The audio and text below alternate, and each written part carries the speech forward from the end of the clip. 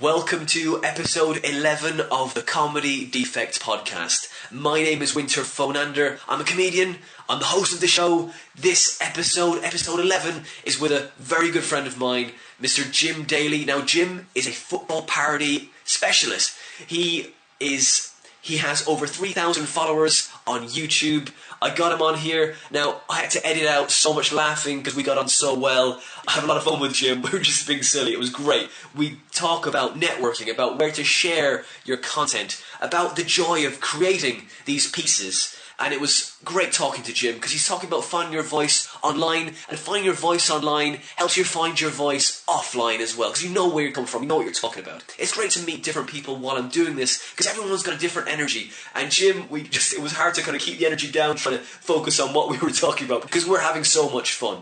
If you want to follow the podcast, we're on Twitter at The Comedy Defect. If you want to follow me, I'm on Twitter at Winter Phonander. If you want to come see my live stand-up dates, you can find them on my website, which is winterphonander.com.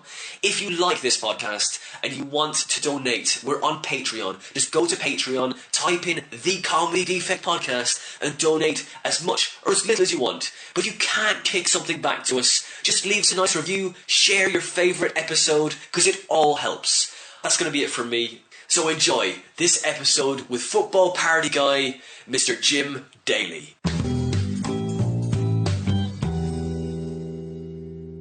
It's awkward. Yeah. You get everything just in case it's gold. Yeah, because as you say, you sometimes get the best stuff because it's just fresh, doesn't it? Yeah, like, exactly. oh, great, nice and then you one. try and do it again, and Yeah. it's like you've done it. I know, you're just like, oh, we know you've talked about this already, but Yeah. now you thought it was a great bit, we're just going to bring it back. Exactly. Oh no, and then it's a lot shorter. It's like, Yeah. that went on for a lot longer than last time. And it's like you're an actor doing your lines, Yeah. just going over it. Jim Daly's here with me at the Comedy Defect. How you doing, Jim? You all right? Hello, I'm good. Yeah, thank you very much for having me. I've been looking at your stuff online, and you've done a lot of stuff. You've done nearly all the football podcasts, haven't you? I've done the rounds. Yeah. I've done the rounds. Yeah. Football is, it's weird. Like you don't want to get pigeonholed doing something, but then you also want to do what your strengths are. So obviously I'm really into football, love it, have been since I was a kid. So then I got to do all this football stuff. Then after a while, you feel like you become a football guy. Oh, Jim, you're the football guy. But then my girlfriend Miranda the other day was talking about. I think she was trying to get us onto game shows. Yeah. Because she loves game shows. What kind? Deal or No Deal. Okay. I want to say the one that's with Ben Shepherd, that's the funfair game. Not the one that's on the pier. What's it called? Pushing Point, Tipping Point. Okay. No, you know the one? I don't know. It's like the penny game on the pier. Right. And they've literally just gone, let's make this a game show. Okay. So, and it's terrible. Anyway, she was like, they want to know what your thing is. Like, what's your thing? If you're on a game show or you're on reality TV, what's your thing? Miranda's would be musical. She's a trained actress. And she was like, well, you also be football. I was like, no, I'm not. Listen, I'm not just a football guy. I'm into loads of other stuff. But then I thought about it, and I think maybe I am just a football guy. But what do you do in that game? Tipping Point. You're a football guy, and she's an actress. Yeah. A musical actress. So what would you be doing on that TV show? So it's just general knowledge. Oh, right, okay. You get asked general knowledge. Right. But when people were like, oh, so that presenter was like, so Jim, you're I hear you're into football kind of thing, and they talk about I love football, etc. But it'd be nice to be something else. Yeah, well, but then Winter, what is my? I don't know if I have another thing. That's okay. You're specialising, which is good. You're not a master of none. You're like, football. This is my thing. Yeah. I'm nailing this down. I guess it's good to play to what you know. It's what you Definitely. know. I don't know a lot of things, but I know about football. Hey, dude, I don't know a lot of things either. That's why I've got a plan to read this Guinness Book Encyclopedia behind me. My plan is to read 30 pages of it a day. Well, I haven't started yet, but I'm going to do it. It's on the list. It keeps threatening to do it. But I want to read it and then write as many one-liners as I can out of those 30 pages. That's good. That's my idea. But people keep telling me to watch things. Like, oh, Winter, you really like this show. I'm like, yeah, okay, I'm going to do it. And I've down to the last two series that people have told me, like X-Files. I'm going to watch it from the start. Never seen it. I've never seen it. All right, well, there's 200 episodes, right? So you might not get into it. But I'm watching The Office now. It's the last one of the two. The English one. The American one. The American one. It's supposed to be it's better than the English one. It is, and they really milked it. They did 9 seasons of it, They always do in America. But the first season of the American one was really, they kept with the format for the English one, and then they mixed it up a bit. Okay, fine, we're going to do our own thing now. We'll make it better and we'll make it more American, and it was really good. Yeah. But as I say, I digress hugely. But I'm kind of scattergunning at the moment. I'm just trawling for knowledge at the moment. But I think that's good, comedy. isn't it? It's good to always be looking for I mean, God, if you're writing jokes, that's great. I never write anything. Well, Really? that's not true, but I never. You feel like you should be writing more every day. I don't want to picture, but you're a parody guy, aren't you? Really, that's what you do. Yeah, I'm trying to do more. I'm trying to not move away from that, but do more straight stand-up and stuff. Just so you got more in your locker, basically, more in your back pocket. Your Arsenal. More in my Arsenal. Very good. Very good. That's my football knowledge. Over with. Football joke done. Sick. Back of the net. Oh, very good. 1-0 weakness. Oh God. Sure. That joke. Yeah, I do like doing the parody stuff. I like doing that. It's fun. Yeah. I like doing them. It's what you enjoy, isn't it? I do like doing it. Yeah, writing a parody song is just. It's so much fun. You get that kind of buzz. I guess it's from the same as like writing a good joke as well. You just you get that kind of energy where you're like, oh, this is great, and you feel like it's really working. So yeah, but that's kind of difficult as well, trying to write. Parrot Otto's joining us. No, he's not. Hey, buddy. You go to bed. Go on. Go to bed. He looks so sad. He is sad. I beat him all the time. We have to And that is my father. That is my father. His name is Otto. He's German. Yeah, so it's I'm trying to write more. The problem is as well when you get like a couple of good parody songs that you do in the sets, you just find you do them all the time, and I'm just so sick of doing the same song. You must be sick of the applause afterwards. As well. Don't clap for this. Don't clap, lad. You know how many times I've done this? It's hard. I've got so many ideas for like new stuff, but it's just like actually doing it. It's like sitting down and actually doing it and making it into a thing, and then from getting it from writing to actually like doing it on stage. Because I don't mind doing new jokes and stuff. You can sort of slip new jokes into your 10 or 15 minutes or whatever you're doing, can't you? Doing a whole new song, like if you get that wrong, and I do it to backing tracks as well, so I don't do it on guitar or anything. Cause I made a decision early on that I'm not good enough at guitar or piano to do it on stage. I think if you come on stage and you've got like a big keyboard or guitar, the audience are like, well, this guy's going to be great at guitar. Yeah. And then you're like really bad. Yeah. They're like, what's this guy doing? This is awful. You have to be competent. And you're right, and not only do the audience judge you for it, you know, when you get home, you take that instrument home and it sits in the corner judging you as well. Absolutely. And you can put it in like the case. You can put it in the case. It's still there. You can hear it. It just it's slightly muffled, the judgment, isn't it? Exactly.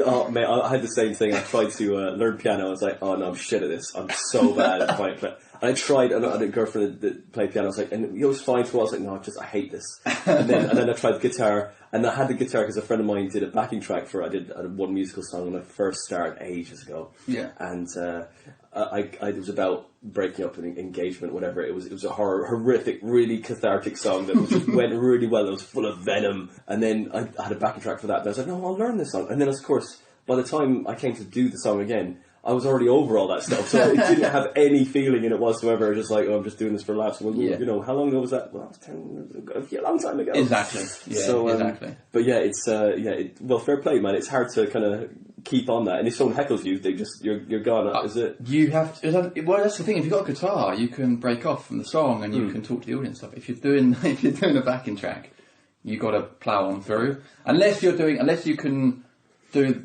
sort of manage the iPod from stage, then I guess you could stop it. I've never had to do that. I've had a few gigs where like they've been in a tough room and they've talked through the song. Right. But my hope then is that the backing track is so loud that no one else can hear them, and everyone else is just concentrating on you and not listening to them. But I had one at the Hideaway in Streatham, and that was a really, really tough. And there was the headliner was a guy called Frank Sinatra. You ever seen him? No.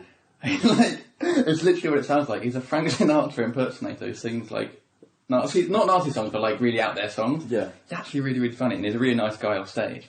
But like there was a whole table down the front there to see him, and they were just wankers. Oh, absolutely no. wankers. And they were literally only there to see the headliner. Oh, right. Weren't there didn't care about anyone else. And so through everyone else's act, they talked and stuff. Yeah. And through mine, they talked, and I was like, I'm going to do this song, I'm going to just power through the song, it'll be fine. And they talked so loudly through the song, everyone else in the room could hear it, and it was just 2 minutes of just me just dying and just hating it. Is that the one where they've got like kind of a keyhole in the? Yes. Yeah, I played that room about a couple of months ago. Yeah. And it's a really nice room. Yeah. You have to really lean into them to kind of get anything out of them, isn't it? Was it the Sunday night one? I think Friday night? I can't remember. I think it was a Friday night. Yeah, that's right. I was like, well, what's wrong with these guys? You have to really be like a real. They want you to be a dick to them. It feels. The room also has like it almost feels it's like a jazz room, isn't it? So it feels relaxed. It doesn't really feel like a comedy room. No, it feels like a room where you sit there at a table and just sort of sit and relax. You know, it's different. Whereas I don't know, I like a comedy room to be focused. A long room, small ceilings. They're in rows. They're not on tables. They're near the front. They literally can't get away from the stage. Exactly. They know they're an audience and they know what to do. They're funneled. Exactly. They're locked in. Exactly. Shoulder to shoulder. You know. Exactly. It's like they're on a ride at Chessington. Like the bar comes down and they're just in. Exactly. I'm not going to say it. I'm not going to say it. I'm not going to say that horrific line that everyone knows. No, we are better than that. Everyone is better than that. But you want to feel awkward for getting up to go to the toilet, and everyone judges them when they get up. Listen, you've got a break. You've got 2 breaks probably. You can get up during the break. You've got a maximum time. You've got to sit. I just feel so bad. I'm getting all angry. Maximum time you've got to sit at a comedy show is 25 minutes, half an hour, maybe. Headliner might do 40 if it's Edinburgh preview or whatever. So that's the longest you've got to sit. You can wait for a drink. You can wait for the toilet. Exactly. It annoys me so much when people get up during the set. Although of course it gives you a chance to then take the piss out of them. Yeah. But I just think it's a respect thing as well. Be respectful of the night, you know. And it's like, and the headliner usually only gets that respect. Goes, oh well, he's on last. He must get more. Exactly. And then the other people are, oh well, these guys are the newer acts. We don't have to pay them any attention whatsoever. Exactly. I've even seen it. Maybe you've never even seen the headliner on TV, but he's still got that acclaim. Because he's headliner. Yeah. And the only nights I've ever headlined it because I didn't need to go home so early, or because I don't know, I turned up late. Fine, you can go on the end. Default headliner. Yes. I'm going on last. That counts. This should go so much better. Not a paid gig, but I don't care. Exactly. Oh, nice. I closed it. I closed it. Yeah. Was anyone left? No, there was no one there. Is that night still running? No, it's closed. I literally closed the night. Yeah. I ended that night. But so what do you do in the day, Jim? I mean, you work from home, don't you? So I work from home. I write. I'm a writer, which sounds a lot more romantic than it is. Can you guess what about? Football, maybe? Correct, football. I'm a football guy. I do freelance work at the Daily Mirror, which is, I have to go into the office and do shift work stuff. They're a really nice bunch, that's great. And I've managed to carve out a niche there where I'm like the sort of office idiot, which AKA means don't have to do much work. Just work when it needs to be done. Yeah. But most of the time just kind of muck around. Not muck around, they're probably going to hear this. Entertainment officer is what you're exactly, yeah. No, but they're such nice guys. Like there's a really nice environment there, and they're a good bunch. And then otherwise, I work from home for other people doing writing and stuff, writing about football, trying to write about more comedy stuff. You ever write for News Review? Oh yes. London? No, the sketch show. I have Phil Alexander on as well, and he was talking about he does a lot of satire parodies for the News Review as well. Yeah, that's right. Worth doing. They pay a bit, not a lot, depending on how long your sketch goes on for. Okay. So I went through a stage of writing loads for them, but the problem with that is none of it's guaranteed, so you can sit at home and write, which is good anyway. It's not bad to write, is it? And then you send it all off to them, and then you get the running lists back a few weeks later, and like, none of your stuff gets used, and you're like, well, that was pointless. But it's good. I guess it's still good to write, so I need to do more for them. Keeps the muscle going, yeah. Definitely. And then sometimes you write something and you're like, I'm going to keep this for myself, actually. Yeah, exactly. I think I'm going to have this one. The precious. Yeah, exactly. I'm not going to let anyone else know this. Yeah. But then just try to do more. Just trying to do more from the comedy side of things, get more money from that. But as you know, it's tough, man. It's really tough to actually chipping away at it. As I say that that's what the world needs, more podcasts.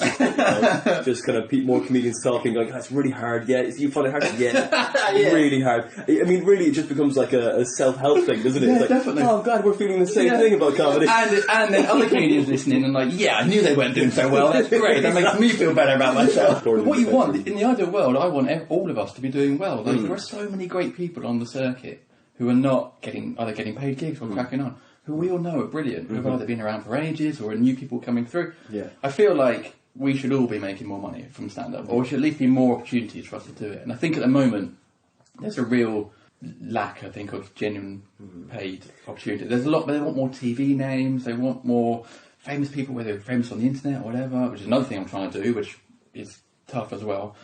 But I think there's good people out there. There's a lot of free shows and promoters that don't pay, and I understand why, because running a night is tough, and trying to make money just to keep the night going, let alone pay your acts and stuff. But it's got into this kind of mindset now where I think it's okay to not pay acts, and it's okay just to be like, hey, it's for the experience or the progression and stuff. Yeah. And exposure. But actually, if you could pay your acts even if it was 20, 25 quid here and there, it would make a world of difference. You'd get so much more commitment from acts, and I think you'd get better shows, and you would get a nicer industry, I think.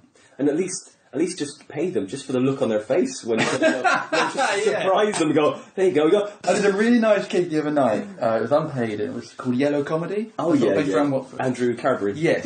First time I'd done one of their gigs, and it was really nice. And it was in a sort of little cafe in Croxley Green. Super nice gig, really nice audience. And in half time, he plays this Heads or Tails, like the sort of kids game that you do in the break. And the prize was like £4 or something. Right. And I was really excited about playing because I thought I might get a paid gig if I won this game, which would be £4. I was like, well, that counts as a paid gig. Yeah. I didn't win, so unfortunately. But that's what it comes down to. You'd be nice just to get. It's not even just like money, so you'd be like, well, now I'm a pro comedian and I can live off this, because you wouldn't be able to. But it's just the acknowledgement of what you do is worth paying for, because it's an art form, isn't it? What we're all doing. So, and it is a respect thing, So you put many years into the writing and the performing, the trying and testing things out. It's just getting that it's a confidence boost, and success breeds success. Definitely. Because otherwise you're just going to become even more embittered. Exactly. Because they say that art comes from despair, tragedy plus time, isn't it? Yeah. But I think that if you have too much tragedy, then you start to pull out things which people can't relate to, that are too dark or too kind of like, they just go too deep into it. Unless you're that kind of comedian, I guess. I'm not. Or you can make it funny if you can really just struggle in the dark room somewhere, just like with your emotions going, I'm going to write something, I'm going to make this into something good. I can't do that. But it's look, I guess like Mark Maron, he just kind of went in, pulled something out of himself and go, oh God, I hate everything, and that was his. But then he had to get so dark. It's like Rob Delaney had to have a car crash, and then have to have so bad to then come back from it. I can't. But I also feel like I'm that kind of comedian on stage that's just happy-go-lucky and just friendly. I think it'd be weird if I then started doing material about how I want to kill myself, or I mean, like it wouldn't scan with the audience. No, I get it. I get it. How old are you, Jim? 32. Are you 32? Yeah, it'll come.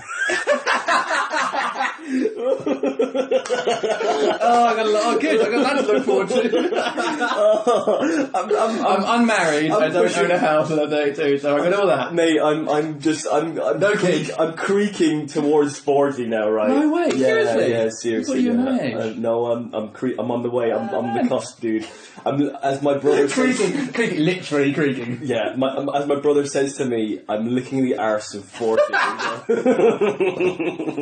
Hey, you're into that kind of thing. Yeah, it's not even a good arse either. It's the hairy, dirty arse of 40. That's what I'm looking. That's brilliant. So yeah, that'll come to. Because I went full time. Yeah, I just thought I'd say that. Because I thought, if I'm gonna ruin my life, I'm gonna do it now. So I can hit the bottom and then come back up. When I went full time, I was like, dream of saying that. And I just wanted to see how it would go, and it's going okay, but the first 2 months, I was fucking unbearable, Jim. I was just like, hey guys, I'm here, I'm doing what I love, I'm following my dreams. And then I was like, okay, then I was like, as we talked about before, you're like, oh, okay, I've got doing a podcast. Yeah. I'm doing... what else have I got to do? Okay, I've got to do Vines now. Oh, goddamn it. Yes, I've got to do... Snapchat. Yeah, and... You got to snap, man. God. You got to be snapping. I need to get... That's what I say. I think that's what I say. Cracking and snapping. Cracking and snapping, like the kids. Yeah, I've got to do that. And, you got to be up on these things that you really... Some of them you don't want to do, isn't it? Do you not think you should, and bear it someone who doesn't really know what he's doing, maybe focus on one thing. So I'm kind of think okay, right, if I just do YouTube, if I just try and plaster bomb YouTube with so much stuff so people can't get out of the way of my face, right? Maybe then there'll be an audience there that will kind of then grow and cultivate, and maybe then you can start making that audience yours, and maybe you could even do shows and people from your YouTube channel will come. I think that's a long time off for me, but I feel like if you try and do loads of different stuff, if you try and do Vines and all this stuff and podcasts and everything, I think you spread yourself a bit too thin. It'd be nice to concentrate on one thing. And then you might find the other stuff comes from it as well. The more you do or get big on one thing. Yeah. I go back to I never used to know specialising. him. Specialising. Like, I never used to know him that well, but do you remember Daniel? Yeah, of course. Yeah. And he used to run the gig in Clapham. Brand Spanking, yeah. I once came second at that gig, and I was literally about to win it. And the prize was like 50 quid, wasn't it, to win? Second prize was a bottle of champagne. And then Russell Hicks showed up. And I was like, well, I've lost. There's no way I'm winning this. And he just absolutely smashed it. And I was like, I was so close to winning. Was he still around that long ago? Yeah, no, this would have been 2 years ago, 2.5 years ago. Right, God, I thought Russell Hicks was only on the scene about a year, or maybe 2 years. You know, like how long was Brand Spanking going? Because I remember seeing about a year or 2 years into when I was. I remember seeing you at Brand Spanking. That was when the Jam Tree, right? Yes. The one in Camden. No, Clapham. The one in Clapham. Sorry, yeah. Clapham. I never did the one in Clapham. But the one in Clapham, and there was like 10 people there, wasn't there? There was no one there. Yeah. And like that, but I remember really big stage in front of the mirror. That's so right. You can see yourself. If you do it behind, you can see that. You can confirm there's no audience. Yeah. You know, but that gig used to be great. Absolutely mobbed when Danny was there and started off with it. Yeah. But then that was just the last death for throws of the gig, wasn't it? Well, weirdly, that one I did when Russell Hicks was there was actually one of those gigs where I prejudged the audience wrong, because I was like, they're just not going to be into me. There's not many of them. It's just a waste of time. Went up there and they were just really great. They just went for it. And as you know, audiences that go for it are just the best, because even if they don't like you, they're there and they're ready and they appreciate what you're doing, and that's fantastic. Yeah. Anyway, I only got a bottle of champagne. I don't really drink champagne. Hey, second, you're finalist. Yeah, finalist. You got to nail that shit down. Hey, look, any bit of kudos, right? You got to take it. I don't have enough for my CV. The only thing on my comedy CV is I'm going to take it. Take it. Just take it. Is semi-finalist. So that's a good. Not even finalist. Semi-finalist. That's good, man. Foster's Golden Jesters Award 2013 and 2014. Woo woo woo woo woo. The Foster's what award? The Golden Jesters. Fair play, man. You know, the one where you have to bring a friend and they have to pay £6 to get in. I mean, like, start laying out my credits now. I mean, I'd say like, not even. I'm going to take it off. That's good. No, that's good. Finalist. You need to be like Natties, don't you, or something? You know what I mean? Look, dude. I tell you what. I've become a finalist for something called Stand Up for Cider. So hey, okay, that's cool. Yeah, they nailed it. Boom! I got. Although ironically, if you have a lot of cider, you probably can't. You got a bottle of champagne. I got 2 bottles of cider. So come on. Cheers. Cheers. Nailing it. They were drunk a long time ago. Stand Up for Cider. That's cool. Yeah, I mean, ironically, you don't have to joke about cider. Yeah, no, I didn't. No, luckily, no. I just did some new. I'm seeing some more character-based stuff. Oh, cool. But, which is more based on the rage that I feel inside. I've always wanted to do character stuff, but I know it's not my thing. I know I can't do it. Yeah. But when it's done really well, I really like it. And I don't know if it's done well, but I just I put a lot of energy into it. If it's coming from in there, it is coming from. It's real. You know, it's real. The struggle is real, and that is what I project to them and on them. And on them. That sounds more dark, doesn't it? That don't know. You got a lot of followers on Twitter and YouTube. I don't know. I've got YouTube. Is so tough, man. I'm up to 3,800 subscribers. That's great. It's not bad. That's 3,800 people that have clicked subscribe. I feel that's kind of good. But then when you compare it to the big channels, obviously it's nothing. But slowly. Yeah? Slowly, and they all comment a lot on the videos, which is really nice. So I think it's. Have you ever seen what's that musical? Musical about a musical. Can't remember what it's called. What's it called? The musical about a musical. Insert name here or something. Anyway, there's a song in that called "I'd rather be 9 people's favourite thing than 100 people's 9th favourite thing," which I think is quite apt when you're a kind of comedian trying to work your way up. Yeah. And the same thing with YouTube channel. There's this little community that comment on my videos, and they're really nice and supportive, and that's nice. I'd like them to be 30,000 people, obviously, but. So that's kind of nice, and I'm trying to do more stuff on that. And the theory is, the more you do, the more it will grow. Good stuff you got to do. Like, you can't just do crap. Although a lot of the stuff I do on there is crap. But I think you just got to keep trying to build that up, I guess. But it's like, that's always good to be humble, isn't it? You know, and have that kind of that self-awareness of going, oh no, it's really shit, and then someone else does really good. Okay, good, I'm doing that. Yeah. Or and then they say it's crap. So, well, I said it was crap to start. Exactly. That is my lowest position. But it's very easy, isn't it? When I think anyone creative, not just a comedian, anyone, to be down on your own stuff. Of course. and you don't. People see it from another angle, and they might see it completely differently. You know, and it's really easy to be like, oh, this is crap. And it's nice when you write something and you're like, oh, this is rubbish, and then you come back a week later and you're like, oh, actually, it's not that bad. That first video that you posted, right? How did you feel just before you clicked and shared it and went, oh, I'm just going to share this with the four. I'm just going to share this with no one. Yeah, with the forums. No went, oh, just.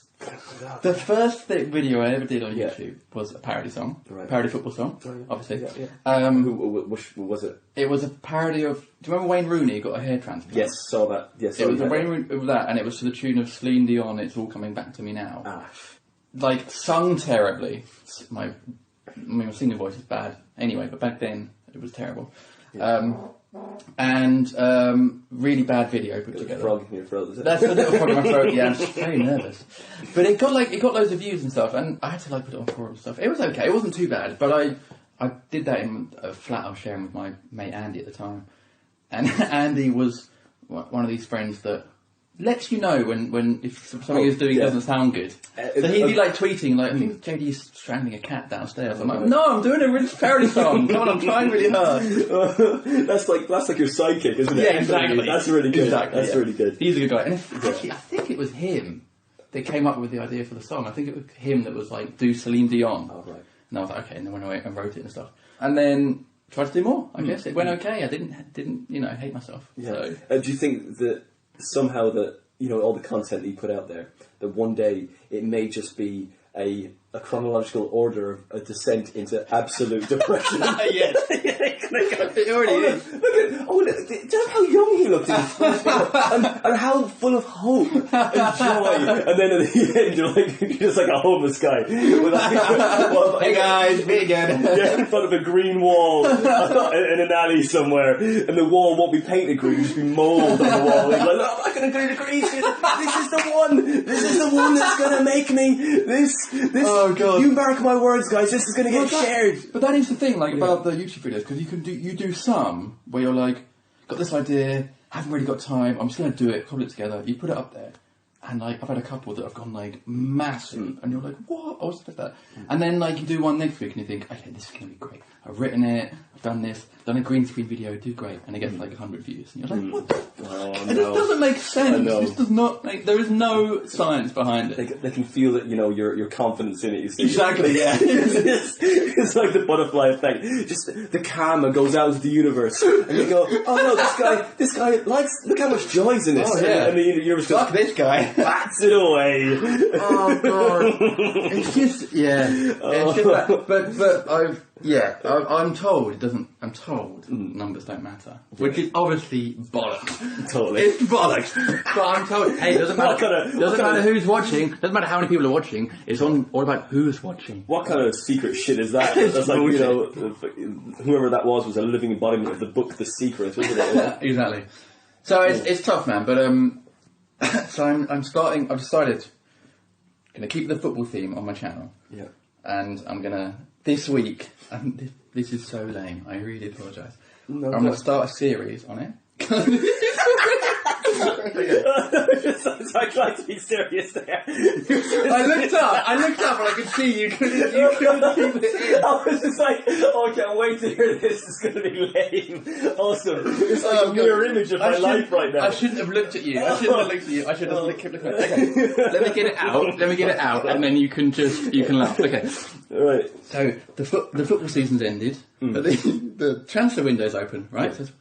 So I'm going to do a daily video called Transfer Daly. Okay. And the Daly's going to be spelled like Jim Daly. Okay.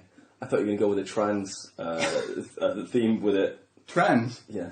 Like you could dress up and maybe different. Like a drag queen. Yeah, that might work. You never know. Drag queen Transfer Daily. Yeah. No one's doing that. Why not? That'd be great, wouldn't it? I mean, that would get more views. It would be amazing. Look, you're hitting two demographics. You know what? My girlfriend Miranda, I've never met anyone who loves drag queens so much. Mm-hmm. She literally wants to be a drag queen. Although if you're a girl and you're a drag queen, I think you're a drag king. No, I'm not sure. There's a phrase, but I'm not sure. Mm-hmm. She loves drag queens. What, it's called fake queen or something. Okay. Anyway, yeah. So when we get your missus on as well, she could do that, and you could be the real one. Maybe, yeah. We went to see one of her favourite drag queens called Jinx Monsoon. Right. Do a show in Soho Theatre. It was literally one of the funniest things I've ever seen. It was so good. It's like sort of cabaret. They were singing parody songs, which I love, and then doing stand-up in between. It was Jinx Monsoon and a sidekick. I can't remember what the name of that guy was. Yeah. It was so good. It was brilliant. And Miranda watches. There's loads of these YouTube shows. There's one called Hey Queen, and they've got a spin-off called Hot Tea, which I really liked. I like the theme tune. Yeah. Hot Tea. It's really good, man. It's a whole world I did not know about until I met Miranda, and it's really interesting, really fun, and just I like it a lot. That's cool. It's funny you mentioned about doing drag. Maybe I should just be a drag queen. But that might work as well, just for the the little parody bit. You never know. Or I could do one, or I'm just a drag queen. Or just like each episode, just slowly bring it in. Yeah. So you have long nails. Go, oh yeah. And then the next one you have maybe some eyelashes. Mascara. And then and we're totally finished the transformations. I mean, to be honest, my channel would get a lot of views. I think probably more subscribers, I'd imagine. Yeah, just a bit of fun in it. That's it. You got to be mental. Do you know what? I genuinely do want to do that. That'd be so great. That'd be good. And you have to put credit me in every. I would. Yeah. By the way, this is a good idea. This little credits coming up at the end. That's it. Sometimes the credits are longer. What would my drag queen name be though? Because they've all those kind of cool names. Yeah. Jinx Monsoon, Sharon Needles is one of them. Yeah. I can't remember any others. There's some good ones. Miranda and I used to have our own YouTube channel. We're going to start it up again. Another thing to do. And one of them was we talked about drag queens, and I came up with a name, and I can't remember what it was. It was a good one. Something crazy. Okay, yeah. What's the name of your dogs? Alfie and Bo. Okay, Bo has got something. Alfie. Bo could be one. Yeah. And then it's something like a random word, like tiger. Yeah. Tiger Bo. That sounds a bit too much like Tybo, doesn't it? It does sound like Tybo. Billy Banks! I'm looking around the room looking for stuff. Xbox. Expo? No. Expo? No. Expo. It's a bit too much like we'll come back exhibition, isn't it, really? It does. But then that would get more views as well. It would. Exhibitionist? I feel like I'm about to turn my channel into... Exhibit can do it. Expositionist? What? No. Say what after everything. What? Exactly what. Just say what after it. Say what? Just say what. Because before the other person says what. Yeah, just say for them. Exactly. So I might become a drag queen. Yeah. If you just sound excited in the end and everything, go, yeah, what? Everyone goes, yeah, that sounds fun. Maybe. Exactly. Okay, right. I'm interested now because we're talking about like networking really and getting subscribers and getting a fan base and following and even when you like email your friends or something like that, go, just guys, can you just do this? No one does it. No one does it. That's why I can't do bringing gigs anymore because no one wants to. I don't want to do them anymore. I don't have friends either. No one comes. Even Miranda won't come anymore. She's like, Tim, I've seen you hundreds of times. Yeah. Do the same set. Do the same 10 minutes. You do that enough at home, Jim. Yeah, exactly. Oh, God. I feel bad with friends. It is tough to ask them to do stuff all the time. I've got this show coming up at the start of August. Yeah, but like, it's like one of those things, like, have you seen my Vine? It's 6 seconds. Exactly. No, I don't have time. You blink. Exactly. You know? If your friend was the comedy friend in the group, by the way, that's us. We're the comedy group. Okay. Would you always be looking at their stuff and always sharing it? If they messaged me and went, look guys, I just need you to just do this one thing. Not everybody, but a couple of people, you know? And you go, okay, just do that.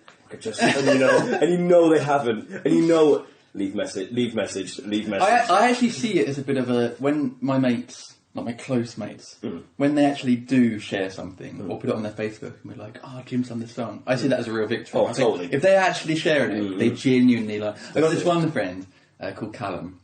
He's my oldest friend in that I've known him a long time. He's not like 75 years old. And he is the most honest person I know in my life. So he's literally... He's come to gigs in the past. Yeah. And if he goes, that was really shit, you know it was shit. But if he goes, you were good tonight, you genuinely know good. Yeah. And if he shares any of my videos, well, he doesn't really go on Facebook, but if he like says, oh, that was really good, I enjoyed that, I know I've done really well. So my ambition in life is, if I can impress Callum, I've done... He's just the most... You need that. You need a few friends like that are totally honest. That are That's like, true. that was great, that wasn't so great. Yeah. And then you know where you stand a bit more. That's it. That's so why helpful. your missus is probably the same as well. That's why Yes. she doesn't come to gigs anymore. She goes, no, you just want to come to gigs because you don't let her come. No. No, don't, I'm not ready. This is not ready. I I'm just testing this out. don't really like performing in front of mates, to be honest. I prefer audiences where I don't know anyone. It's more stressful, isn't it? It's more stressful, and my record is not good in front of mates. No. Although to said that comes mostly sort of back in the day when you're starting out. But yeah, I prefer not to. Although I'm doing the show at the start of August, and all my mates come. Oh, you're going to Edinburgh? No, it's Camden Fringe. Right. It's can you guess what the theme of the show is? Football? It is football. How'd you guess? I'm getting good at this. It's the third time I've nailed it now. But that goes back to what you were saying earlier about networking, and we're going to talk about Daniel Dapper, because he just did Vines, and that's what kind of made him, wasn't it? He was literally just doing Vine. Wasn't doing anything else. I wasn't even seeing him gig that much. He was just doing Vine. And I only saw him do like one gig in like space of like I don't know, about 3 years. yeah, to be honest. exactly. Yeah. But I guess once he found his thing. Now I'm not advocating his material. I really wasn't a fan of the stuff he was doing, to be honest. He bypassed the circuit though, which was a massive amount of energy saving. I mean, think of that. It's like whatever he as a person, great guy. When I met him, really nice guy. But whatever he did, he found a niche and just nailed it, and just went, oh guys, you're on the circuit for how many years? Yeah. And you still haven't gotten to where you want to be. Exactly. I'm just going to bypass this, and everyone was like, what are you doing? But didn't that kind of made me feel two things. One, a bit depressed that niche, as it were, was so popular, and there are so many people that would buy that kind of shit and stuff. But also kind of inspiring in the way that you think, actually, if you can find your thing, and that's what I'm trying to do with the football and stuff, you can kind of get an audience to come to you. Now, I'm not going to get an audience as big as he ever got. Like, he absolutely kind of, fell on his feet. Yeah. And fair play to him, I guess, in a way, for doing that. I think he's got a lot of things wrong since that in how he's behaved and stuff. But I did find the way he kind of found his audience kind of inspiring. I'm not going to get that kind of size of audience, but I think you can try. I think if you can find your thing, why not try and... There are people, there's going to be enough people out there that will like your shit, that will find you, that eventually will probably be able to pay for you to have a career doing what you want to do. Yeah. It's just finding those people. That's it. Putting everything into that one thing that people like about you. It's like, in a way, without being too cheesy, it's like finding your voice online, isn't it? Yes. And that's the thing. So you just hook into it and off you go, and you can just keep going with this forever. Yeah. And you won't hate yourself by the end of it as well. Exactly, because you're doing what you like, you're doing something you're good at, or you know what you're talking about. And it's like getting a good audience doing stand-up. You suddenly have that connection. And I think anyone that's done stand-up, and people that haven't, won't understand what it's like when you get, and it doesn't happen all the time, you get an audience where they just get you, and you just suddenly feel like you're talking to 150 friends in the audience, and you've got them, isn't it? They're just like... Yeah, exactly, and it's just, I've never had that connection, and I don't think any other type of performance art has that kind of connection, I don't think, with... people doing songs, amazing, but you've always kind of got the barrier of a song, or the literal barrier of a guitar, or whatever.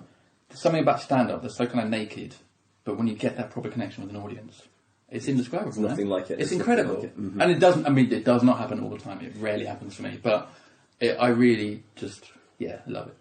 It's that thing as well, finding your voice on stage, I'm sure helped you hone everything else off stage as well. Yeah. Like with football stuff as well. Okay, well, no, this is where it's success breeds success, positive reinforcement. Yeah. But with the finding that voice and being confident in your choice, if you like, for what you are on stage, it just solidifies everything else as well. Because you can feel, you can feel sort of strong in your resolve. Yeah, to go, right, here we go, this is what I'm doing. It's like, because the problem is that if you're on a circuit for a long time, or a few years and going, shit, well, people aren't getting my stuff, and I haven't really blown it out of the water anywhere else, and it's like these obscure competition things, and I got or I'm driving to Plymouth for 10 minutes unpaid. Yes, I mean that kind of thing, and you're kind of going, what is going on here? I did Sunderland and back in one night once for a Mirth, and that was the night I was like, right, I'm not doing any far tens in a minute. I'll do close tens, and I'm applying for paid spots. I can't keep doing this. That's it's insane. Exhausting yourself. And all your friends are like, what the fuck are you doing? Like, no, man, it's progression. I've got to do this. And then halfway down the drive back home, you're like, what am I doing? This is ridiculous. That's it. And then you go and you have a decent gig after that. You're like, I'm so tired from the last gig because your joy is at a low ebb. But I think it's it's not easy. Like, if you're being totally honest with yourself, like, I look at myself and think, right, I think this is going to be the first year. This is my fourth year, or fifth year. Okay, around that. Where I think I'm going to make more money from stand-up / performing than I've paid in terms of travelling. Oh, yeah. It's not going to be a lot. It's not going to be anything to live on. But it's going to be that ever so slight tipping point, which that in itself feels like progress. But that's come from me doing less unpaid tens, doing less open spot, literally just applying for paid spots, and just taking paid spots, and just kind of, it's almost you sort of treat yourself with a bit more respect. And like, no, listen, I'm not the best comedian in the world, no, but I'm good enough. Good it is. I'm not good enough. Whipping yourself. Oh, you need to be better. There was a dip in the middle of that set. That's right. Come on, you can do this. I know. You're always going to do that. Fully get You're it. always going to do that. Which is really. But now and then you've got to take Good. the whip away. You've got to take it away and just be like, look, I'm okay. Replace it with what? What do you replace it with, though, Jim? I don't know. Do you just replace it with nothing? Crying, just crying. Yeah, just tears. You need to just take a break, to really feel the pain and misery. Yeah. And let it all just come crashing down around your ears. But with the networking, right? Where do you share your stuff? Do you just go, okay, it's here, guys. I've got 3,000 subscribers. Where do I share? What do I do? Because, as you're saying, your friends are shit. Right? They are absolute dicks to you, aren't they? Go, oh yeah, so we're going to help you, so you don't have to get a day job, right? Yeah. Oh no, go fuck yourself. Okay? Exactly. So we'll share that delete. Oh, and then we'll just we'll set up an anonymous account where we'll just comment. Oh god, I bet some of the comments I get on my mates, I bet they are. Fuckers, man. They're very supportive. No, but I know. That is my own personal. I say that, I'm 99% sure they're very supportive. I don't know, some of them, they might be leaving comments. Yeah, they're like, well done, Jim. Yeah, well done, mate. Well done, good one. That was a really good one. Most of them have actually got very well paid jobs, so they're all doing fine. All right. They're all happy people, and I'm incredibly jealous of Let's get your friends. all the holidays they go on every year that I can't afford to go on. You need to get better friends who just keep unfollowing them on Facebook. Unfollow. I can't take this anymore. I've actually, my girlfriend deleted Facebook off her phone the other day, and I did it as well. How'd that go? So far it's going alright, actually. Yeah, I've not had to, I don't have to check it. The only time I was at a gig... Sorry, I wasn't checking Facebook yet. I just reminded you. You're like, oh shit, Facebook. Oh my god. Like The a only fucking thing robot. was at a gig the other day. Yeah, you hear the word Facebook and it's just like a reaction. You have to get your phone. Yeah. I met someone and they were going to tell me about gigs and I couldn't add them on Facebook. So that was the only moment that it became a problem. But actually, it's been fine. It hasn't changed my life in any way. What's the thing? Where do I share that? 1, 2, 3. 1, 2, 3. 1, 2, 3. I didn't notice you have an awful lot more ticks than when I was outside. You're walking around in circles, counting your steps. Slightly more mania. It's great. It's great. It's a good look for you, Jim. It's a good look for you. Oh god. A slightly pained face. I will be, and I will be back on it. She's got a tattoo of a Facebook, kind of logo. Oh, dear. Going to meetings. So how long has it been? It's been 3 months for me. Yeah.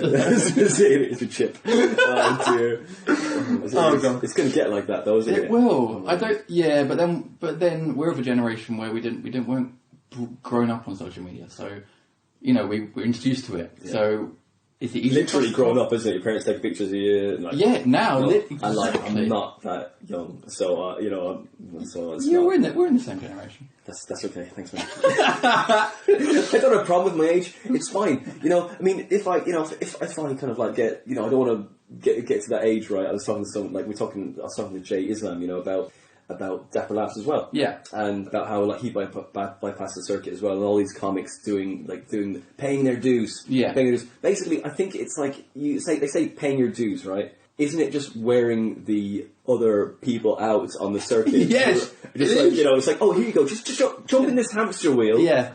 For 10 years. Yeah, exactly. Okay, you will get better, because you'll be better in 5 years. Yeah. Right? But you jump in there for 10, 15, 20 years. Yeah. See if you've got any joy left or any love of the arts. Exactly. And then you'll try and get booked in the clubs. Well, my initial plan was just to still be there in 10 years, just to wear out the opposition. Give them the fucking finger. Fuck you guys, I'm still here. Fine, we'll give you a spot at Glee, for God's sake. Yeah. But I think there is other ways of doing it. I think you can find your own audience, and you don't. I have total respect for acts that are still on the circuit and still working it and still doing those gigs around the country, and I will still take those gigs if they're paid or if they're decent production spots. I totally agree with you. I mean, I'm just joking around, okay? Yeah. So I am available. I'm totally available for any gig. I will drive further than Jim, okay? And Jim will probably want to lift with me because I'll be driving. Yeah, exactly. He's such a twat. And I won't pay petrol. Exactly. I'm just going to go in his petrol station and then run out the back door. But do you think things have changed? I think it has changed. Definitely. From even 10, 15 years ago, I think, from the way people... I feel like there was probably more progression then. I spoke to one act. I did a gig from Earth, and we turned up, and there was 2 people. It was in rugby, 2 people in the audience, and the gig was cancelled, and I had to drive 2 acts and the MC back. MC got paid still, obviously. Easiest gig ever. Yeah. It was a guy called Jez O'Donnell. He was a really nice guy, and he was giving me loads of advice on the way back. But he was saying when he started out, he would literally be able to go to the big clubs, including like comedy still. Watch a show. Talk to the promoter, say, hey, I'm this new guy. They'd get 5 minutes the next week, and if they were good, they'd get 10. And if they were good, they'd get an opening 20 or something. Insane. It just doesn't happen like that anymore. It just, and then everyone's like doing 5 minutes at the Comedy Store trying to get like, another 5. Exactly, on a Saturday night, and then you're thinking, and then you might not get through to like ever get a pay 10. Exactly, yeah. I feel like it's really, really difficult. I think there's more people doing stand-up, which is fine. There's less people paying to go and see live comedy, so there's less gigs, there's less money out there. The way what I've learned recently, which is kind of like quite liberating and exciting, is it's more about, I think, just finding promoters who trust you. Yeah. Find promoters who run good gigs, who are trustworthy themselves and pay. There's a guy in Cheshire, where I live now, called Mark, who runs the comedy club there. I'm cutting this. A guy in Cheshire. Yeah, sorry. Because I'm not giving him all the secrets. Sorry. And no, we'll give him some. We're just going to beat this out. I'm going to leave this bit in, and I've cut a bit out. Don't say where it is. So, don't say where it is. But there is one promoter, and he's just been incredibly supportive of me recently, and like gives me gigs, gives me paid stuff, helps me find gigs for other promoters. And this is only literally one promoter probably in the country. But he's really supportive. And that as an act makes you feel better about yourself and more confident. The fact you've got someone who runs professional gigs who thinks you're good enough. Great. And obviously I'd love to have 100 promoters doing that. And I feel like maybe that's the way to do it. Just making sure you're getting seen by the right people. And being trustworthy. You don't have to be the best act. But if you turn up on time and you're not a dick to all the other acts and you don't alienate your audience, and you do an okay 10 or 15 or whatever, then I think eventually you're going to get trusted by people. If you got one person in your corner, well, then you're going to do a hell of a lot better. You live nearby.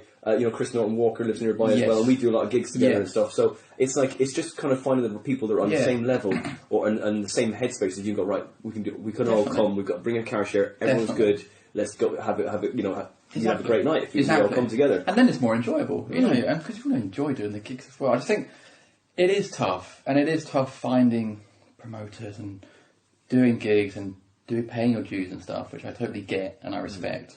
But I do feel now these days, from people like Daniel and other people, not so much a way around it. This isn't me saying I don't want to pay my dues, I don't want to like... No, I mean, you know when... I want to progress. You progress, but you have a more... When you first start off, you're like, oh, smash the gig. You might have got 3 laughs. Exactly. And then you kind of like, as you go on, you go, oh no, there's a fucking massive dip in that. Exactly, yeah. Right. And then you take out the whip and keep whipping yourself. Exactly. Like, no, we need to get better at this, But then sometimes you appreciate when you had a good set that was okay. You're like, okay, I had a good set there. Started strongly, like maybe my final laugh wasn't great, whatever, but I felt a connection to the audience. I had some good audience interaction or whatever, some good chat.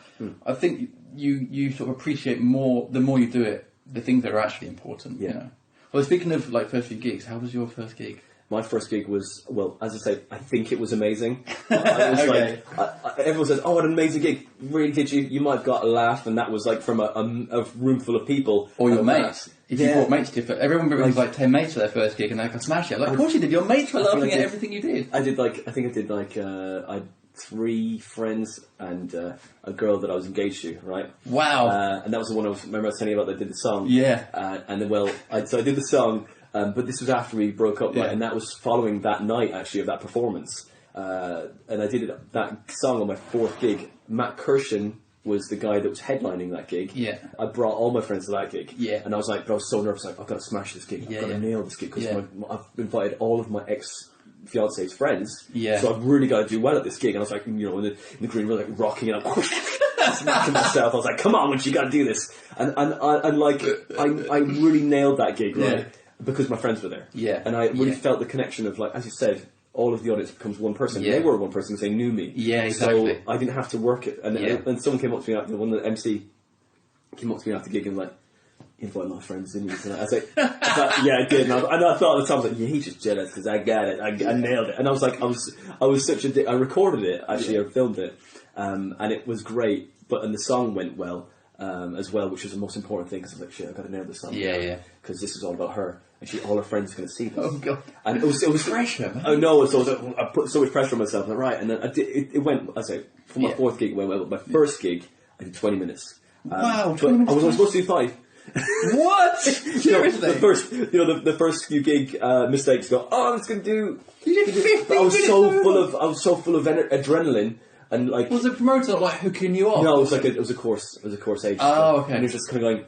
But I didn't know what was going. I was like, ah! What course was it? It was like this is years ago because it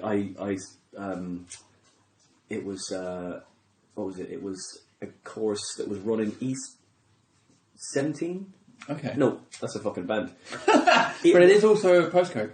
Okay, right. There's an acting school in East 15, is it? Okay. I don't know. There used to be maybe like by Stratford. Yeah. There used to be an acting school there. I thought, right, okay, there's a course. It was 20 quid for the course. This is a long time ago. That is ridiculous. I won't tell you what I paid for my course. Oh, right. This was every Monday night for, I think, 8 weeks. It was 20 quid. And I was living in Wolverhampton at the time. Yeah. So I had to travel down. So, it was fine. But yeah. So I got down there and...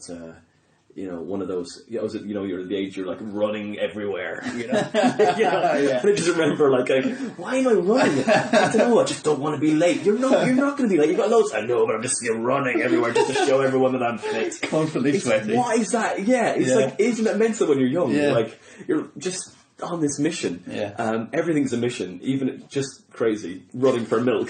Just constantly running. just gonna do. Anyway, treadmill now. Yeah, I don't run anymore. Just, but Was the course good? To be fair, it was okay. But I was at that age when nothing really went in. Yeah, I was just kind of like, I was like, oh, okay, and like I say, running everywhere. I was so distracted from the world. Yeah, just going, oh, so distracted. You did 20 minutes to the fight. Yeah, I was like, whoa! And it was fine, but I say probably only got 3 laps. But so I did Logan Murray's course. Oh yeah, which was good. It's fine. Is it way more expensive than than 20? String or the one? No, the one in it was one in Camden at the time. He's cheaper. Just going to lay them on you. Should have done that one, but it was really good. Met my girlfriend, so that's great. That's a good. That was worth the money. If she's listening, great. I wish she is. Love you very much, Darren. She's great. Jim's worth. She's literally the only person that put up with me as well. So. Tell me about it. I got But the course was great, and Logan's amazing. He's a really nice guy. But yeah, my first gig was... I think I'm the only person that had a really bad first gig. Because everyone's like, had a really great first gig.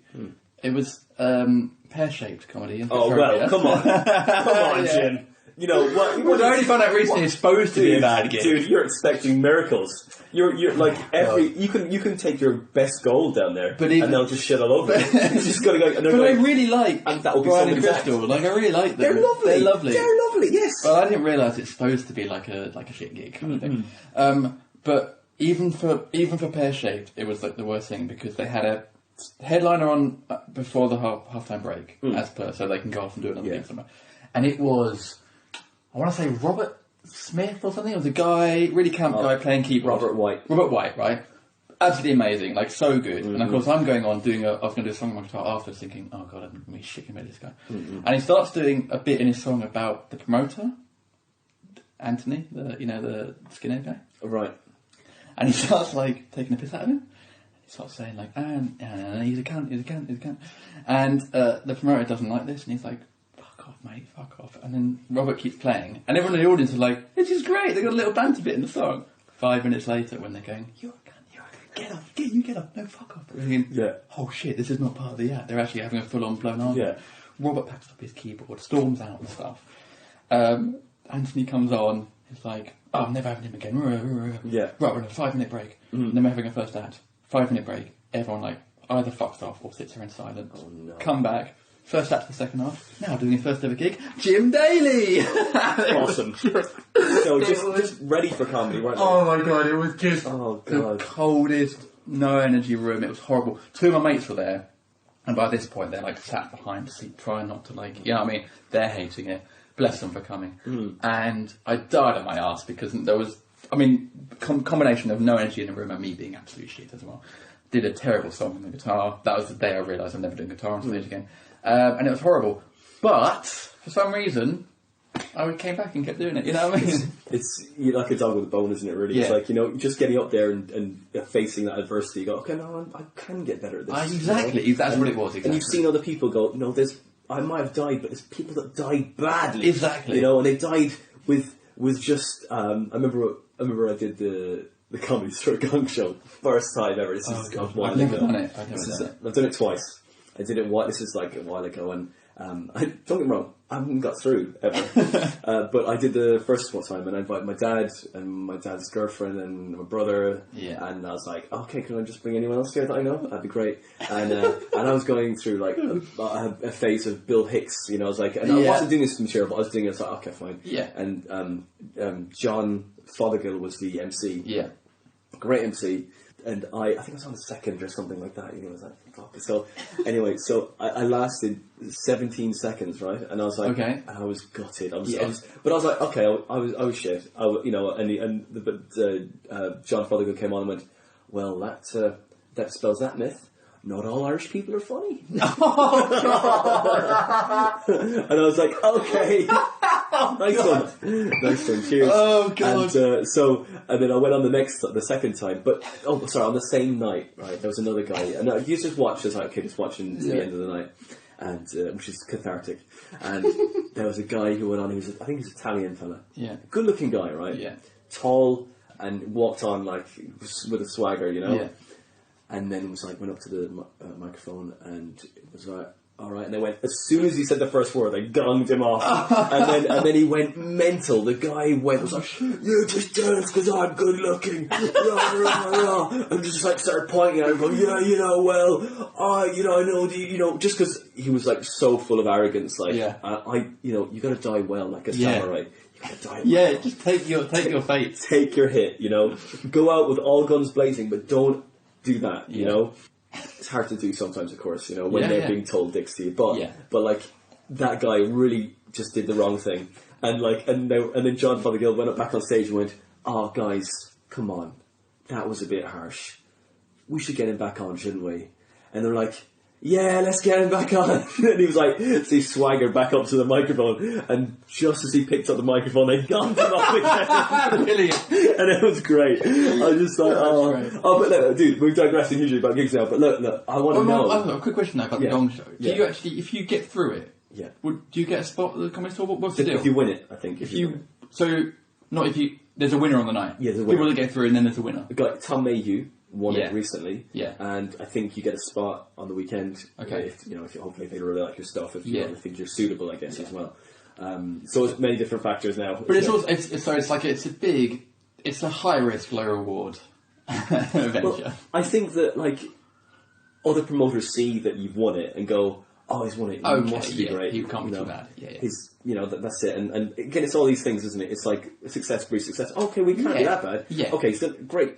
He's done a great 5. Yeah. He could do a great 10. Yeah, he might be dipping in the middle, but he might, but that's okay. He's on the way. I feel like with that, I don't mind doing gong shows if they're like genuine gong shows where you're going to get a chance. I just feel like with that one, you probably don't really get a fair crack of the whip. Or they're baying for blood. And if you're not the kind of comedian that they really like. And for me, it seems like the comedians that do well in that are kind of, I guess, dirty comedians or like bang, bang, bang, bang, bang joke comedians.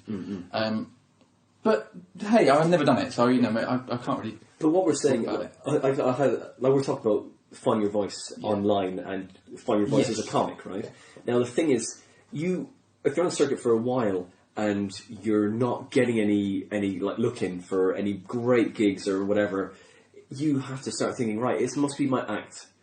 So then you might start getting contorted and twisted into that thing that is beige and just the same as everyone else, he's talking about this now, wanking, Exactly. You know, girlfriends.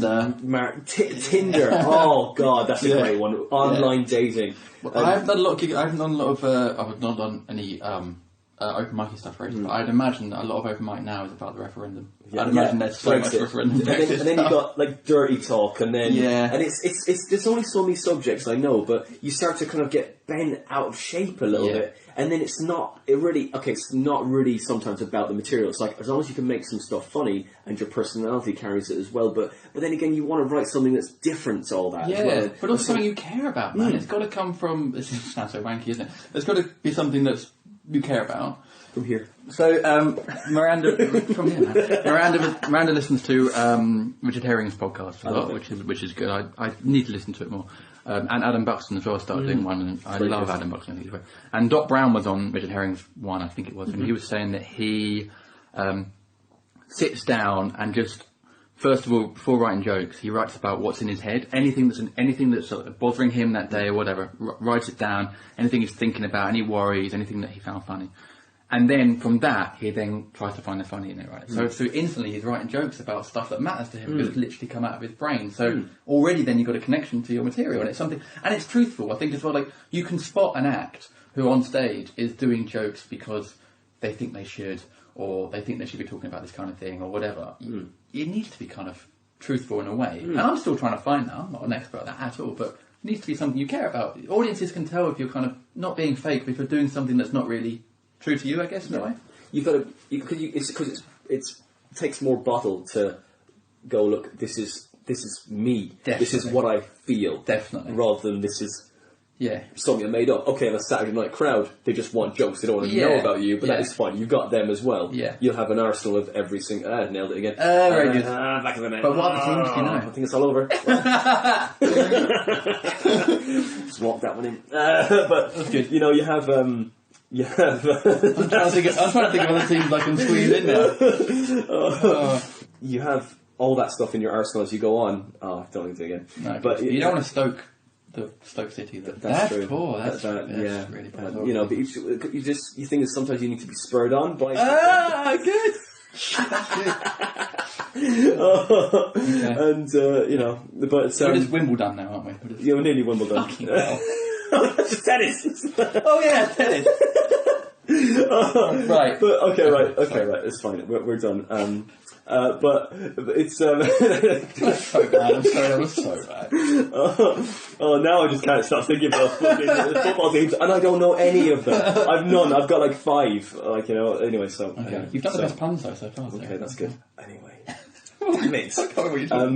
Right, so we're talking about finding your voice, like being true. Yeah, finding your voice, being true, and that, and people, not people, but audiences respect that a hell of a lot more. Yeah, definitely. Go, you're being brave, you're being real. It doesn't matter. You're not talking about the same old shit. Because if you see like 4 or 5 comedians a night, and they're all talking about the same things. Even as an audience member, my girlfriend comes up and goes, "Their girlfriends again," and it's like, and okay, it works. Okay, there's a reason you got to talk about it, to connect on like common truths and things that everyone finds funny and relatable. Don't you remember the acts, even as an actor yourself? You remember the acts that do something different, and I don't mean like necessarily physically. Obviously, you got some like clowning acts and stuff, and I respect them a lot. I couldn't do that. That's literally doing something different. But the acts that maybe do a 10-minute set about, I don't know, something completely different, like their garden or something. You know what I mean? Someone that just finds a little a niche, a subject, really minds it really well, and comes away kind of just having done something a bit different. Like, I want to try doing that. I respect that a lot. And then you're thinking, because you think to yourself then, go, geez, one subject for fucking bastards. 10, How do they do that? 20 minutes. Oh god, that's a lot of balls. Yeah, exactly. How do they keep getting jokes out of this? Hey, remember it's 4 subjects, or 5 subjects for 20 minutes, one subject 4 minutes. Okay, that's fine. Laugh every 30 seconds. But now I think it's not laughs every 30 seconds. It's lunges every 30 seconds. You got lunge every 30 seconds. Lunge. Lunge. Oh, see. Well, it's not enough lunges for me, mate. Sorry. Yeah. You never get on TV if you're not doing enough lunges. That's it. Exactly. You know. And he didn't take the microphone out of the stand. Well, there you go. God, come on. Get off. A rookie mistake. But it's hard to know if you're doing the. I guess there is no right or wrong thing, is it? Because, like, I don't know. I feel you can gauge it. If you had a good night, you can kind of tell. You can be honest with yourself. If you've had a connection to the audience, you've got some laughs, and sometimes I come away thinking, man, should I be talking about this more, or should I be doing more audience interaction more? I don't know. And then I think you beat yourself up too much. I think you just need to do what you find funny, what you feel comfortable doing, and then use keep smaller doing it. paddle. Use a smaller. Yeah. Yeah, Exactly. So it doesn't hurt so much. Not the cat and nine tails with the all the bits of flint on the end. Just maybe this little bit of like a spatula. A spatula. Just give yourself a little pad. That's it. Yeah. No, bad, Jim, bad. But with the It's hard not to do that though. Right, it is hard, but we're talking about where do you share your stuff? Where do you Oh, you God, go? sorry. That's the thing. It's like, no, but that's cool. It's like, that's where I'm interested. It's like, you go to network. I mean, do you go to forums and things So like I that? used to. Okay. I used to. Now I just post it on Twitter and Facebook. Right. And then on Twitter, there's loads of these football funnies accounts, which Okay. are really mostly bullshit. They're mostly run by betting accounts, Right. and they're paid to share content and stuff. So I tweet loads of them and say, "Hey, can you share my song?" Most of them don't. But if one of them does, and some of them have got like 1 million followers and stuff, if one of them does, that's great, you know. So I've had Sport Bible or Lad Bible or whatever it is share a couple of my songs before. I don't really agree with a lot of stuff they do. I think they do actually steal people's content sometimes without crediting. But I have shared a couple of my songs with crediting. That's great. That kind of helps the song blow up a bit, gets more followers and stuff. So really, it is networking, and you're trying to ask for help, I guess, in a way with people. But I don't do it with every video. Some of them I just leave on my channel. I might tweet it to my own followers, and then just kind of hope it kind of picks up. But some of them have just picked up themselves. And if you don't, I kind of feel like a little victory. If I don't really promote it, maybe tweet it a couple of times, and then it gets kind of picked up in the kind of ether kind of thing, and you can sort of see it, and then suddenly you see it, someone else talking about it. You think, oh, that's my song or whatever. I kind of get. That feels like a little victory, a little bit, because you haven't tried too hard to promote it, and then genuinely people like it. Like if you're spamming people the whole time, and you're getting big accounts to spam your stuff, and sometimes on Facebook I'll put it on because you can now do native videos on Facebook, can't you? So I'll have my YouTube stuff. I'll also upload it to Facebook. So apparently Facebook are trying to become the new YouTube, which good luck with that, guys. And sometimes I'll pay like a $5 to boost that post a little bit and just get it out to, and then you can edit the interest of people that want to see it. So get it out to football people. Yeah. And that might help a little bit. But it's nice if you just leave it out there, and then if people genuinely do like it, it will get shared. Yeah. And it doesn't always. Like you do some videos and you put it out there, doesn't get a lot of shares, gets a few comments, and you think, okay, fine, this one didn't pick up, but whatever. You know, if people see it, they do like it, great. And on to the next one. The thing about doing the YouTube videos is as soon as you've uploaded one, I'm like, bang, right, on to the next one. Can't think about that too much. Just move on. Keep content going. Keep going, it rolling. yeah. But and you've done all the football podcasts now. Have you done every team now? Or? Yeah, pretty much. Yeah. How many have you done? Have you counted them? Have you got like a scoreboard at home? No, I should do. Tick. And then rate them. And then back on that, we go, well, it was okay, we went well, but we're just kind of dipping that was in more like a 0-0 draw, that one. Yeah. No, not really. No. Okay. I don't. The one I've never done, I'd love to, is Football Ramble. I don't even listen to that. It's a really, really great podcast. But they have, people don't really go on that one. Like they have their set 4 that do it. And I've met one of the guys from there. He's called Marcus, really nice guy, who does sort of more presenting. And that's another world I'd like to get into. I'd like to do some more sort of presenting-y stuff. I feel like there might be a sort of bit of money in that. But again, it's like trying to find someone to boost you, maybe get an agent. That'd be nice. I do have an agent for my online stuff, which is weird. Who's a nice guy, but he's just starting out with his agency as well, so we're both kind of growing together, and he helped with a few videos and stuff. It's nice to have someone in your corner. Definitely. He's a really nice guy as well. Really good looking as well, which is kind of like he came to my Edinburgh show, and my girlfriend was like, "Your agent's really good looking." I'm like, "That's not the point. Sex sells." Okay. And he is really good. He's a really good looking guy. But I'm like, look, that's not important unless that gets him in front of people to talk about me. You know, whatever. I hope that maybe that's what it is. Yeah. Was it like lots of Velcro? Loads of Velcro. Yeah. He's got like, with your picture on it, like, just tears off the Velcro with just like a picture of you smiling. I think that's how he does it. Or maybe that's why he's not getting me any work. I don't know. That's probably what it is. Well, he goes fully at it. Full commitment. I like that. Yeah, he does. But with the the Facebook forums, do you like just rinse the forums, or I try not to, because I think like I would get annoyed if I was a punter looking at someone else spamming the whole time. I've done that.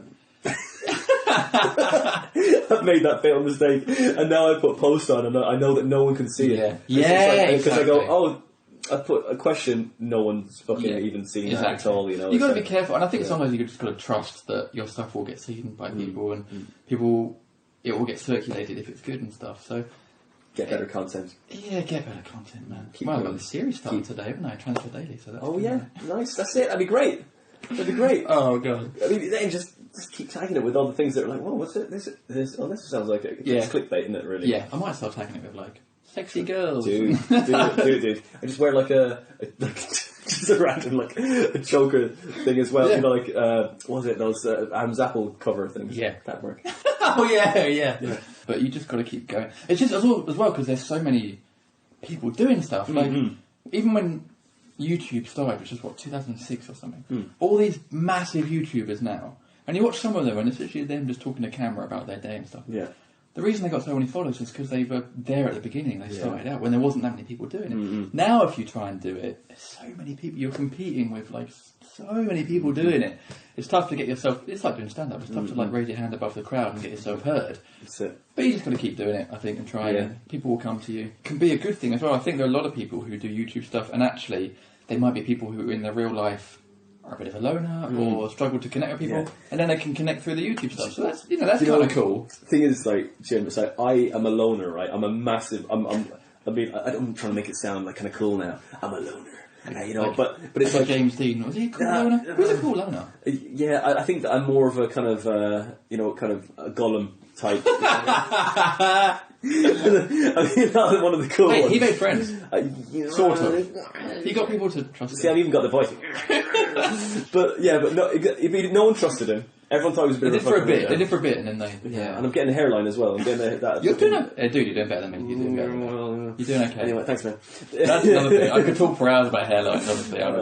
That's another thing. I say, and when, like, I thought, I'll start a podcast. Because that'll get me friends. I'm like, no, that'll get me friends. No, this is exactly the same as being in school. Like, will you be my friend?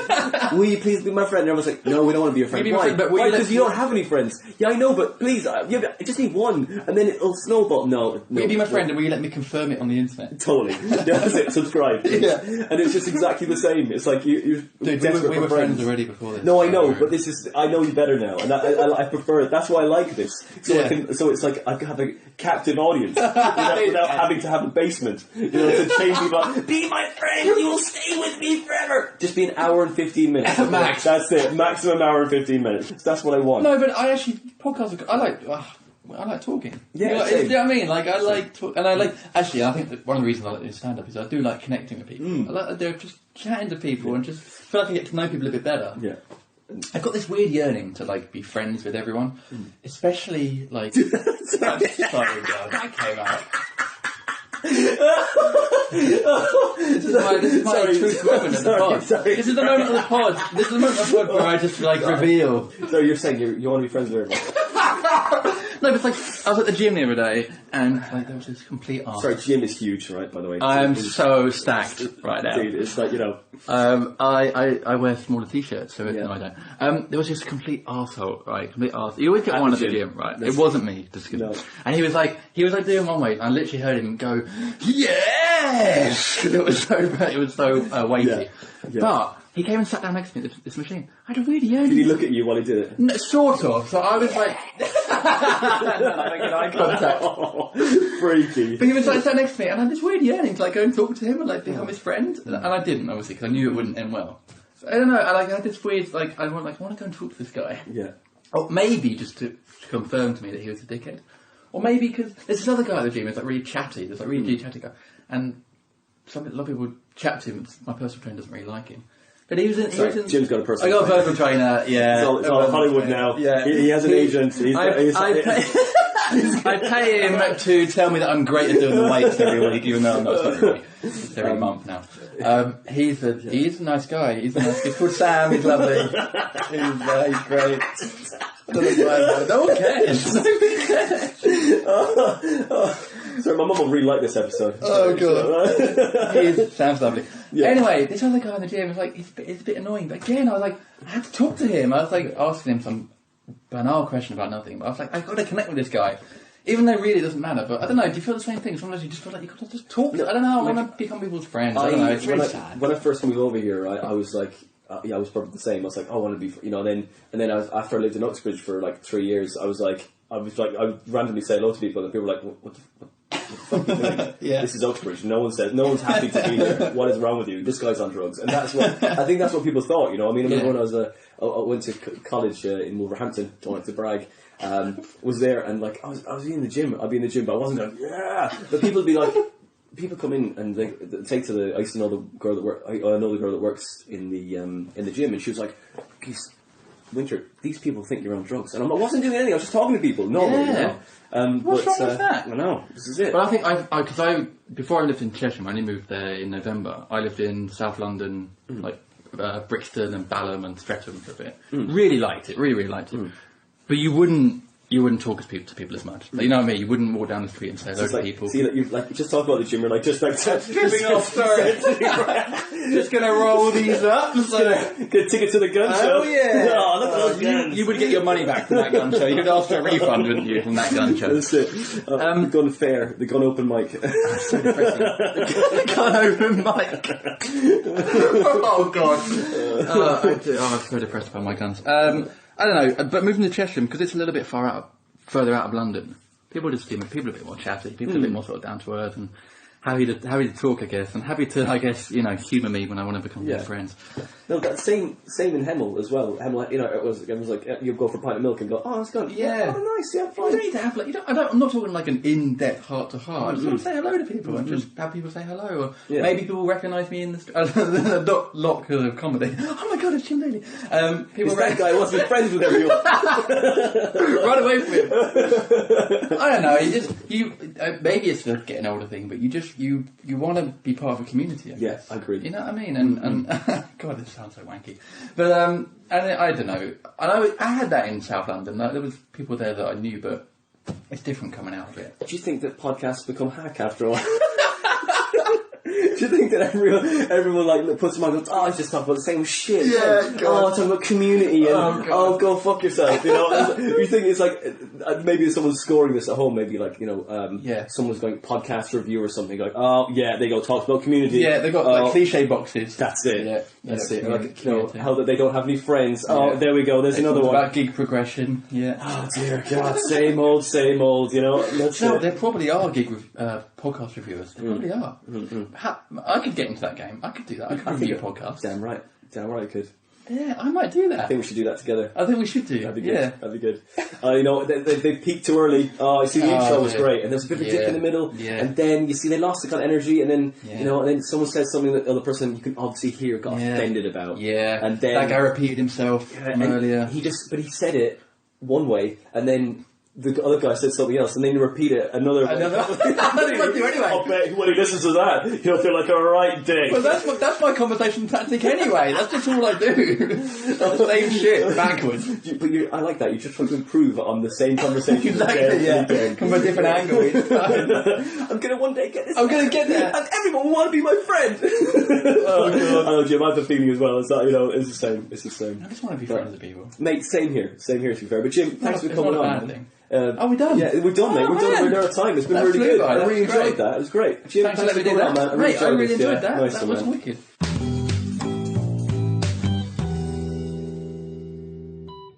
And that was Jim Daly, football parody guy. I had so much fun talking to Jim. I think you may have heard that. We just seemed to click. I talked to Jim for an hour and a half after the podcast. But it's great to meet someone on the circuit who's so positive about comedy and about creating just pieces, about being creative, about just doing the work and not actually just caring too much about who likes it or not. You're doing it for you. You know, you're finding what you love, and if you're passionate about it enough, people will find you. And, you know, without being too deluded about it, I know there's thousands of people doing comedy now, but as long as you're enjoying it, you will stick the course. Jim was great talking to you. I'm going to have him back on this podcast because we just seem to click. Now, if you enjoyed this episode or previous episodes, share them with your friends or tell people about them. And we do have a Twitter account, and that is @TheComedyDefect if you want to follow us there. If you want to follow me, I'm on Twitter @WinterPhoneander. If you want to come see my live gig dates, go find my website, which is winterphoneander.com, and you can see all of my live gig dates there. So come see me, say hello. If you want to donate to the podcast, you can find us on Patreon. Just go to Patreon, type in The Comedy Defect Podcast, and donate as much or as little as you want. Now, if you can't kick something back to us, just find the episode you like the best, share it with your friends, tell your friends about it, because it all helps. But that's it from us on the Comedy Defect podcast. Next week, we've got an interview with promoter and comic Mr. Mike Lord. We'll see you next time on the Comedy Defect podcast.